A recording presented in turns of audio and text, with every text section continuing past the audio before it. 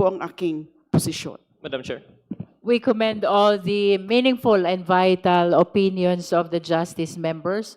We've been here for 8.5 hours already. Just to remind all of you, no? And I think we are very much divided with regards to the question of whether we will be opening this or not. But definitely, please join me, my fellow members. We will not be returning this to BIR.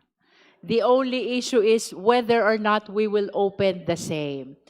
Can we defer the resolution of this issue? With the indulgence of my fellow members, with the indulgence of Commissioner Mendoza, hindi po namin ito ibabalik. Batid po namin kami confronted ng question kung maari ba namin itong buksan o hindi. Pero mas mamarapatin po naming alagaan ang kahong ito kahit po ito'y selyado. Habang amin pong pinag-aaralan ang tamang posisyon ng Justice Committee kung bubuksan o hindi.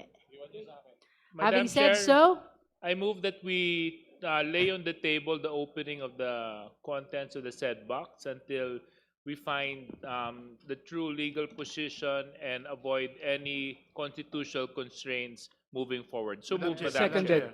Madam Chair. there is a motion Madam to Chair. lay on the table the opening of the box. The same has been seconded. Honorable Rufus Yes, Rodriguez. Madam Chair, this is a very difficult question of law. It involves the philosophy of law. There are two kinds of interpretation when there are two conflicting laws. Whether you are in the positivist school, that is Justice Scalia of the Supreme Court of the United States, or you belong to the spirit of the law school. Now, Mr. Chairman, in the positive school of law, that is precisely what the National Internal Revenue Code says. In the positivist approach of law, and lawyers will know this because you all took up theory of the law, it is you confine yourself in the four corners of the positive law. That is positivism. Correct, Commissioner? Because you're a lawyer. And so you took a philosophy. What law school did you go to? I'm a product of San Beda University. Oh, very good law College school. of Law. So therefore, in the positivist school, this is an issue on whether the NIRC, in the four corners of the NIRC, no, the National Internal Revenue Code, it is clear there that it can only be done in aid of legislation and in the executive session. So that is the positive law. In other words, if you follow that trend of law, there can be no opening of this because we can never convert ourselves into an executive session or an aid of legislation because you have another function right now, which is impeachment. Now, what do you say about that positive school of thought? Because these are the finer points, Mr. Chairman. What does the lawyer from San Beda say?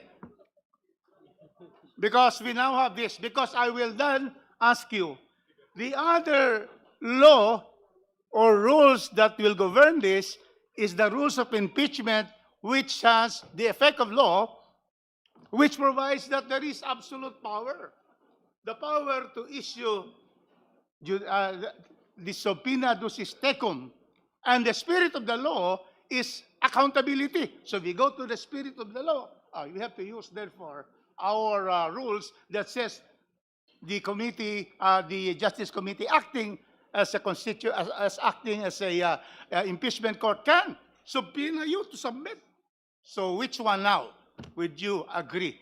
The positivist school of law or the spirit of the law? So in other words, your NARC or for our justice members, the spirit of the law.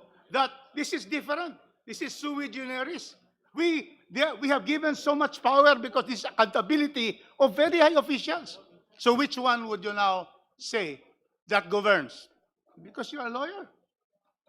Is it the positivist school or the spirit of the law school?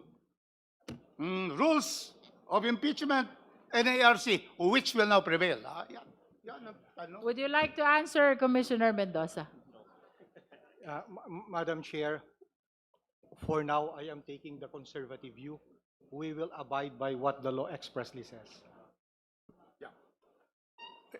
Very good answer, because precisely Justice Scalia is the positivist in all history.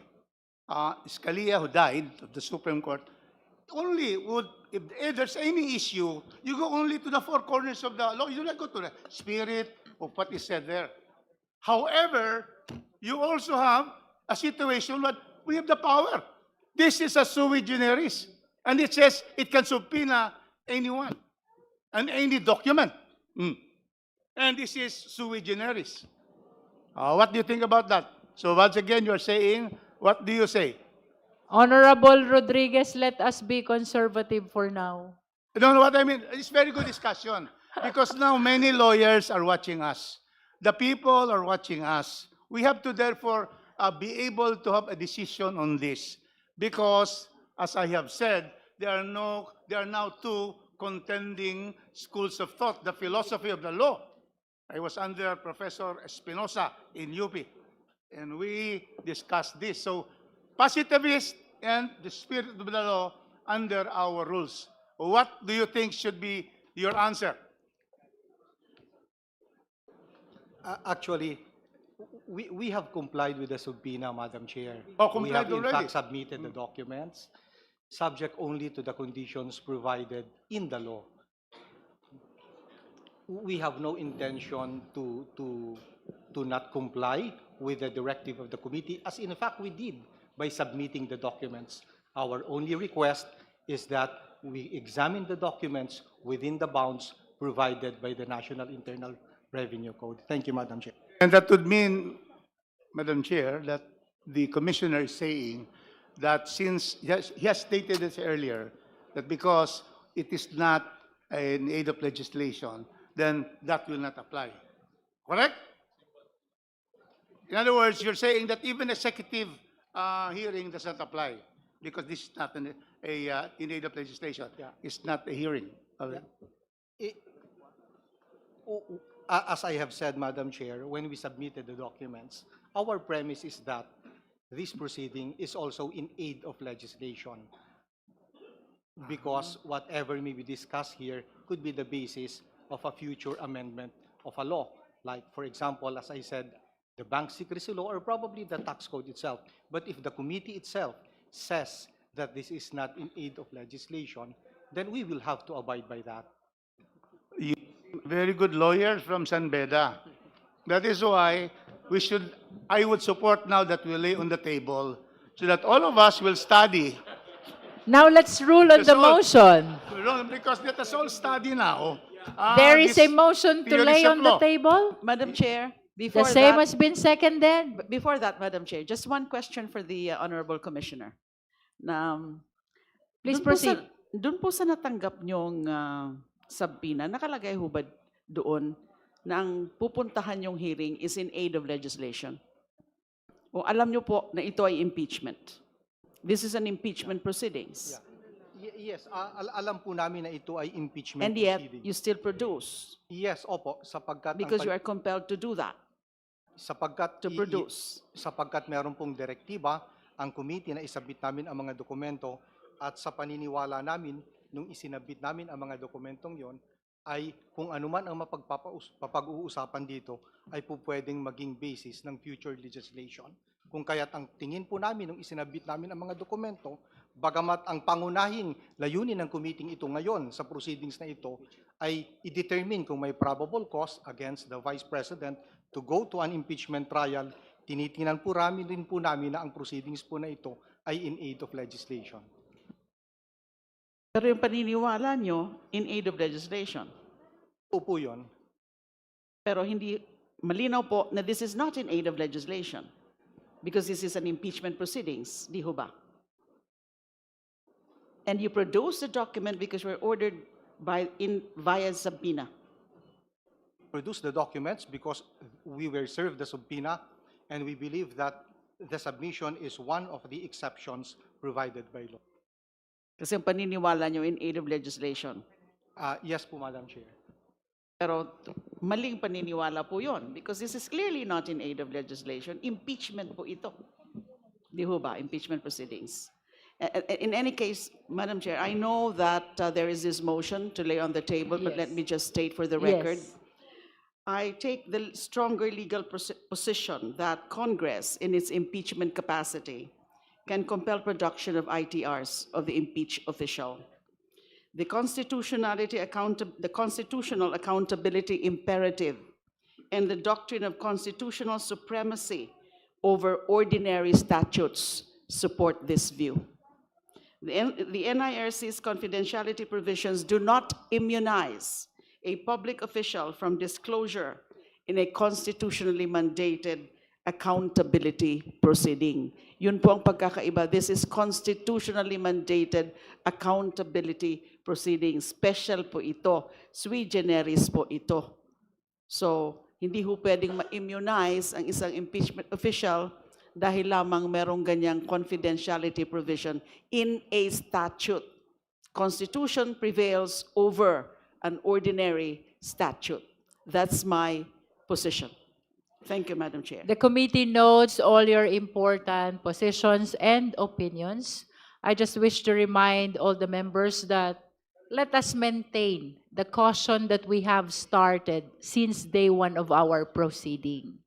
We owe that to the sovereign Filipino people to make sure that we move forward in this impeachment proceeding, and we will not be a subject matter of another petition before the Supreme Court. With that, let us rule on the motion. There is a motion to lay on the table the opening of the box. The same has been seconded. Is there any objection? Are you objecting, Honorable De Lima? Yes, because of that position that I laid down, the latest position that I laid down. An objection has been registered to the motion to lay on the table the opening of the box. Let us now divide the House. Those who are in favor of the motion, please raise your right hand.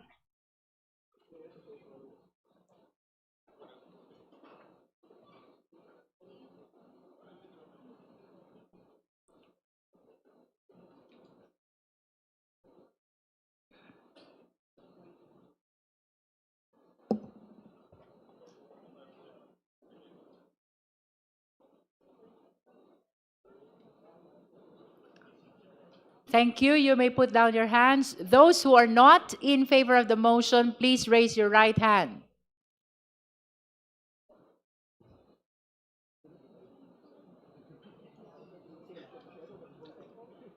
Thank you.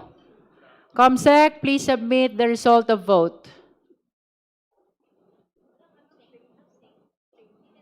Those who abstain, please raise your right hand. No one abstains. With 21 votes in the affirmative, 4 votes in the negative, and 0 abstention, the motion to lay on the table the issue of opening the box is hereby granted. Madam Chair. Madam Chair. The Honorable Adjong and then the Honorable Sendanya. Yeah, Madam Chair.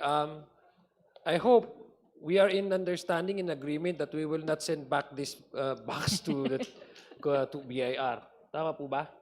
I don't need to make a motion on that. Should Commissioner, I hope you defer to the committee on its position not to return the box. We will keep the box although the same is sealed. Yes, Ma- Madam Mad- Chair. We defer to the to the I? decision. Okay, of thank the you, committee. Madam Chair. Madam, on a related point, Madam Chair, Honorable Sendanya. perhaps to uphold the integrity of the decision of the committee to lay on the table the decision to open the box, may we request the good commissioner of the BIR, with the officers of the BIR, to kindly sign the tape part of the box to ensure the integrity of its seal. Thank you, Madam Chair.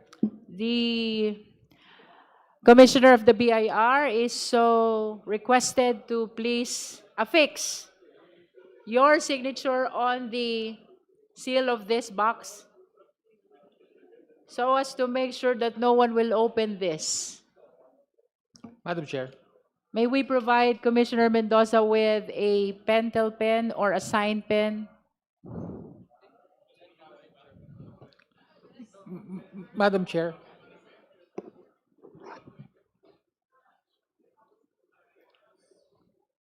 Madam Chair, clarificatory question. Honorable Tino? Thank you, Madam Chair. Madam Chair, I just want, Gusto mo uh, item na lang?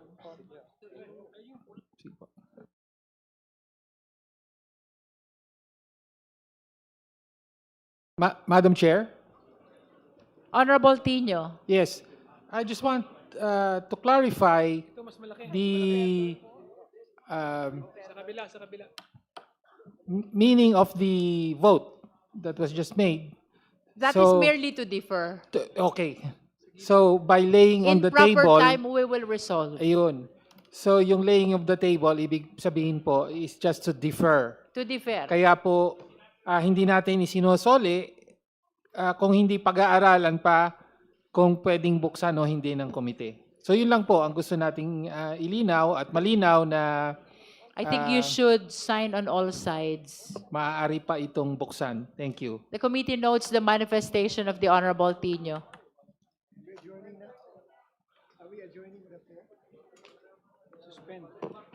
We will soon hear the most favorite motion. Madam Chair, before that, may I make a manifestation? Madam Chair, ay,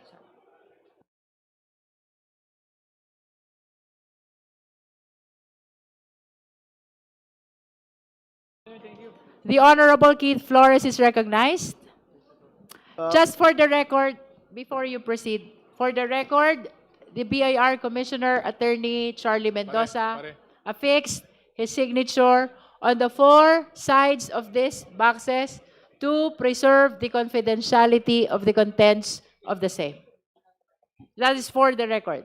The Honorable Flores. Madam Chair, before we adjourn, Madam Chair, I would just like to move that we issue a subpoena ad testificandum and subpoena de sistecum for the NBI to present the results of the investigation on the threats, Madam Chair. There is a motion to issue subpoena to the National Bureau of Investigation with regards to the allegations of threat committed by the respondent Vice President. Do I hear a second? The Second, same has Madam been Chair. seconded. Is there any objection? Hearing none, the motion is granted.